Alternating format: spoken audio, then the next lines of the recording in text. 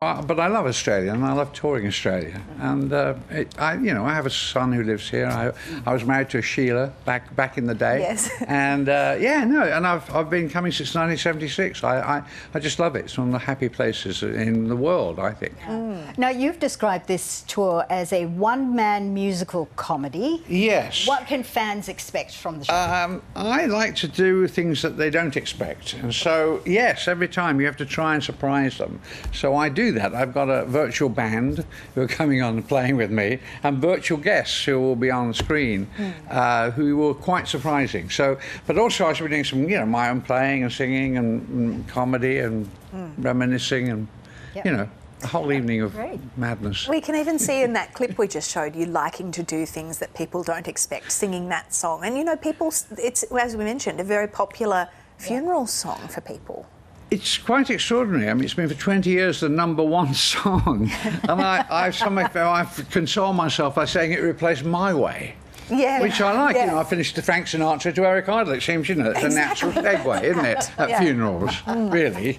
Now, Eric, a lot of people would come and they would want to hear you singing, want to hear your stories as well. But many of them would also be Monty Python fans. Right. They would want to hear stories about Monty Python. And that's what they will hear, yes, because I think Monty Python was the world's first mock and roll group. And we became mock and roll because we went on the road and we went to the Hollywood Bowl and things like that. So I do tell that story of how we went out live and how weird it was meeting all the fans and strange people who dressed up and sang. I feel like the fans are just as strong today as they ever have been, though. It's so weird. I mean, it's a very long time ago. Well, not weird. It's a testament but to it the is. comedy. It's odd. I mean, it shouldn't be. I mean, you don't normally. I mean, we didn't watch things 50 years old. We were, So I do think it's interesting. But Monty Python basically broke the mold, didn't it, back in the day? And many modern and new comedians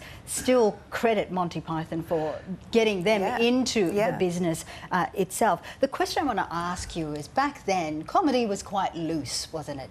Many things were allowed. These days, there are a lot more sensitivities and there are a lot more boundaries. What do you think about this evolution of, comedy now? I think that, I think you have to be respectful of what people. I don't think you have to really just go out and appall people. But we didn't have people in charge of us. We were executive-free comedy, and it was a new area. It was a new slot. It was late on a Sunday night. They didn't care, the BBC. They just said, go away and do it. Come back and be funny. So, I think that watching comedians and saying, be careful what they say, has accumulated as there's more media to watch them. And people are hardly watching when we started. Yeah. So, we were quite naughty for the time, and we were satirical as well. We weren't cuddly and lovely. People didn't, they hated us, the British middle classes. So, I like to. It's interesting what people are, where they are now, and you can't try and force them back into the time you were. No. You have to be respectful now. Now, we were saying you are comedy royalty. We've also got British royalty in the country as of last night, with King Charles and Queen Camilla visiting. You, when the King was Prince Charles, have had a lot of dealings with him over the years. How did you find him, and how did he find you? Well, he found me through Billy Connolly. Billy Connolly had a castle next to Balmoral, and he used to invite all these comedians, Steve Martin, Robin Williams, me, Eddie Izzard, and he would come to dinner. And we would just rip him, and we would just, and he would laugh and laugh and laugh, because it's really relaxing if everybody's creeping around you all day to have all these comedians making you the butt of their humour. And he actually asked me to be his jester.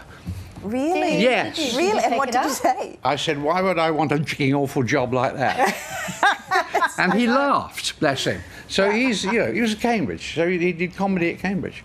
Fantastic. Well, Eric, we wish we could just chat with you all day, but we know that you have a plane to get to right now. Yes. Because you're heading off to New Zealand, but then you're coming back. October 31st will be your first show here. Absolutely. Halloween in Hobart. Oh, fantastic. Yes, beautiful.